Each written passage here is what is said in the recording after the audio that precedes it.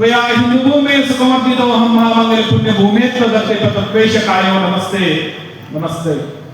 ಇಲ್ಲಿವರೆಗೆ ಸಾಕಷ್ಟು ತಮ್ಮ ಮರಾಠಿಯಲ್ಲಿ ಮತ್ತು ಅನೇಕ ವಿಷಯಗಳನ್ನ ಇಲ್ಲಿ ಪ್ರಸ್ತಾಪ ಮಾಡಿದ್ದಾರೆ.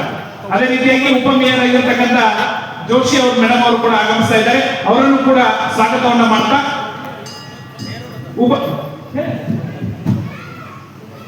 ಅದೇ ರೀತಿಯಾಗಿ ಇದೊಂದು ಬಹಳಷ್ಟು ಸಂಘಟಿತವಾಗಿರ್ತಕ್ಕಂಥ ಕಾರ್ಯಕ್ರಮ. ಈ ಕಾರ್ಯಕ್ರಮದೊಳಗಡೆ ಉಪಸ್ಥಿತರಿರತಕ್ಕಂಥ ಒಬ್ಬ ಸಾಮಾನ್ಯ ಕಾರ್ಯಕರ್ತನಾಗಿ ಇವತ್ತು ಸಂಸತ್ತನ್ನ ಪ್ರವೇಶ ಮಾಡಿ ಈ ಭಾಗದೊಳಗಡೆ ಅಭಿವೃದ್ಧಿ ಕಾರ್ಯವನ್ನು ಮಾಡುವುದರೊಂದಿಗೆ ಧರ್ಮ ರಕ್ಷಣೆಗಾಗಿ ಸದಾ ನಿಂತಿರ್ತಕ್ಕಂತಹ ರಾಜ್ಯಸಭಾ ಸದಸ್ಯರಾಗಿರ್ತಕ್ಕಂಥ ಈರಣ್ಣ ಕಡಾಡಿ ಅವರಲ್ಲಿ ಹಾಗೂ ಈ ಸಭೆಯೊಳಗಡೆ ಉಪಸ್ಥಿತರಿರತಕ್ಕಂಥ ದಕ್ಷಿಣ ಮತಕ್ಷೇತ್ರದ ಅಭಯ್ ಪಾಟೀಲ್ ಜಿ ಅವರಲ್ಲಿ ಯಾವಾಗಲೂ ಕೂಡ ಸೈನ್ಯ ಮುಂದೆ ಇದ್ರೂ ಕೂಡ ಹಿಂದೆ ಗುರು ಇರಬೇಕಂತಕ್ಕಂಥ ಒಂದು ಮಾತಿದೆ.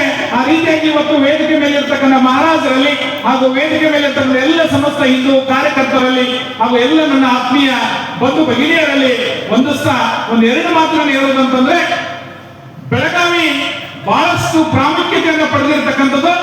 ಗಾಂಧೀಜಿ ಅವರು ಬಂದು ಹೋದ್ರು, ನರೇಂದ್ರ ಮೋದಿ ಅವರು ಕೂಡ ಇಲ್ಲಿ ವಾಸ್ತವ್ಯವನ್ನು ಹೂಡಿರ್ತಕ್ಕಂಥದ್ದು. ದೇಶದೊಳಗಡೆ ಸೈನ್ಯವನ್ನ ನಾವು ಬಹಳ ಮೆಚ್ಚಿಕೊಳ್ತೇವೆ. ಆ ಸೈನ್ಯದೊಳಗಡೆ ಹಿರಿಯರಾಗಿರ್ತಕ್ಕಂಥ GSP ಆಗಿರ್ತಕ್ಕಂಥದ್ದು, ಕಮಾಂಡೆಂಟ್ ಇರ್ತಕ್ಕಂಥ ಟ್ರೈನಿಂಗ್ ಆಗ್ತಕ್ಕಂಥದ್ದು ಎಲ್ಲದೂ ಇದ್ರೆ ಅದ ಮರಾಠ ಲೈಟ್ ಇನ್ಫೆಂಟ್ರಿ ಬೆಳಗಾವಿ ಒಳಗಡೆ ದೇಶ ರಕ್ಷಣೆಗೆ ಸೈನಿಕರನ್ನ ತಯಾರು ಮಾಡ್ತಕ್ಕಂಥ ಒಂದು ಕಡೆ ಇದೆ.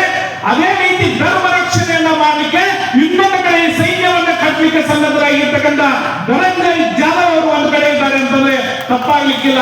ಅಂತ ಎರಡು ಕಾರ್ಯಗಳು, ಒಂದು ಕಡೆ ದೇಶ ಕಾಯ್ತಕ್ಕಂಥದ್ದು, ಇನ್ನೊಂದು ಕಡೆ ಧರ್ಮವನ್ನ ಕಾಯ್ತಕ್ಕಂಥ ಕೆಲಸವನ್ನು ಮಾಡುವ ಧನಂಜಯ್ ಜಾಧವ್ ಅವರಿಗೆ ತಮ್ಮೆಲ್ಲರ ಜೋರಾದ ಚಪ್ಪಾಳೆಗೆ ಈ ಸಂಘಟನೆಗೆ ಕೃತಜ್ಞತೆಯನ್ನ ಸಲ್ಲಿಸೋಣ.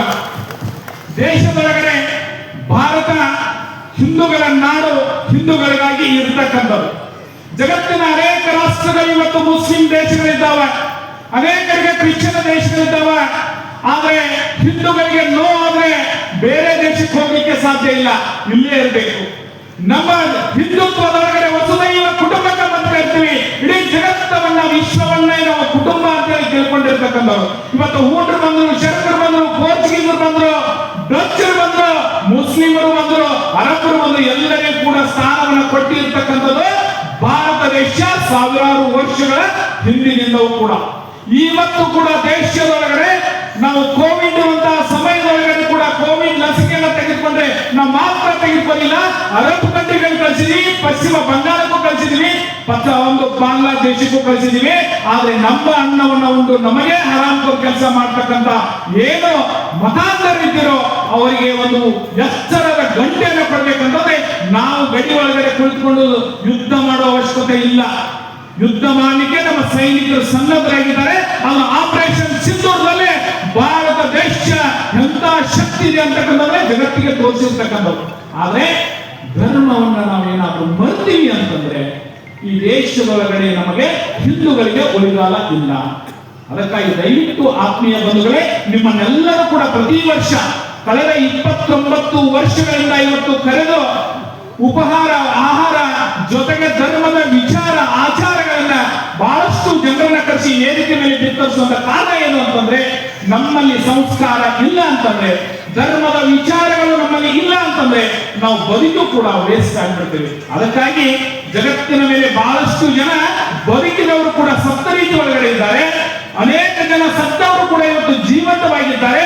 ಅದಕ್ಕೆ ಹೆಸರುವಾಸಿ ಅಂತಂದ್ರೆ ಹಿಂದುತ್ವ ಅಂತಂದ್ರೆ ಇನ್ನೊಂದು ಪರ್ಯಾಯವಾಗಿರ್ತಕ್ಕಂಥ ಶಬ್ದ ಅಂತಂದ್ರೆ ಛತ್ರಪತಿ ಶಿವಾಜಿ ಮಹಾರಾಜರು ಅಂತಂದ್ರೆ ಹಿಂದುತ್ವದ ಪ್ರತಿಪಾದಕರು, ಹಿಂದುತ್ವದ ಸಂರಕ್ಷಕರು ಅಂತಕ್ಕಂಥ ಮಾತನ್ನ ನಾವು ಕೇಳ್ತಾ ಇರ್ತೀವಿ. ಹಾಗೆ ಅವರು ಮಾಡಿ ಹೋದ್ರು ಅಂತಕ್ಕಂಥ ಮಾತನ್ನ ಕೇವಲ ನಾವು ಕೇಳೋದಷ್ಟೇ ಅಲ್ಲ, ಅದನ್ನ ಜೀವನದಲ್ಲಿ ಅಳವಡಿಸಿಕೊಂಡು ಹಿಂದುತ್ವವನ್ನ ಸಂಪೂರ್ಣವಾಗಿ ಉಳಿಸಿಕೊಂಡು ಹೋಗುವಂತ ಕಾಲ ಸನ್ನಿಹಿತವಾಗಿರ್ತಕ್ಕಂಥದ್ದು. ಅದಕ್ಕೆ ಪ್ರತಿ ವರ್ಷವೂ ಕೂಡ ಕರೆದು ತಮ್ಮನ್ನೆಲ್ಲ ಜಾಗೃತಿಯನ್ನು ಮಾಡ್ತಕ್ಕಂಥ ಕೆಲಸವನ್ನು ಮಾಡ್ತಾ ಇದ್ದಾರೆ. ಇದು 29 ವರ್ಷಗಳಿಂದ ನಡೆದುಕೊಂಡು ಬಂದಿರತಕ್ಕಂಥ ಕೆಲಸ ಅಂತಂದ್ರೆ ಸಾಮಾನ್ಯವಾಗಿರ್ತಕ್ಕಂಥದ್ದಿಲ್ಲ.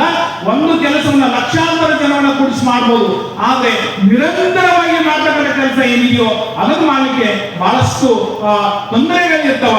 ಬಹಳಷ್ಟು ಅದಕ್ಕಾಗಿ ಇರ್ತಕ್ಕಂಥ ವ್ಯವಸ್ಥೆಗಳಿರ್ತಾವ, ಅವನ್ನೆಲ್ಲಗಳನ್ನ ಮೆಟ್ಟಿ ನಿಂತು ಇವತ್ತು ಅನೇಕ ಕೇಸ್ಗಳನ್ನು ಹಾಕೊಂಡು ಈ ನಾಡಿನೊಳಗಡೆ ಹಿಂದುತ್ವ ಜಾಗರಣೆಯನ್ನ ಮಾಡ್ತಕ್ಕಂಥ ಹಿಂದುತ್ವದ ಪ್ರತಿಪಾದಕರಾಗಿ ಇವತ್ತು ಹೊರ ಹೊಮ್ಮತಕ್ಕಂಥ ಧನಂಜಯ ಜಾಧವ್ ಹಾಗೂ ವೇದಿಕೆ ಮೇಲೆ ಎಲ್ಲರಿಗೂ ಧನ್ಯವಾದ ಅರ್ಪಿಸಿ ನಾನು ಮಾತನಾಡುತ್ತೇನೆ.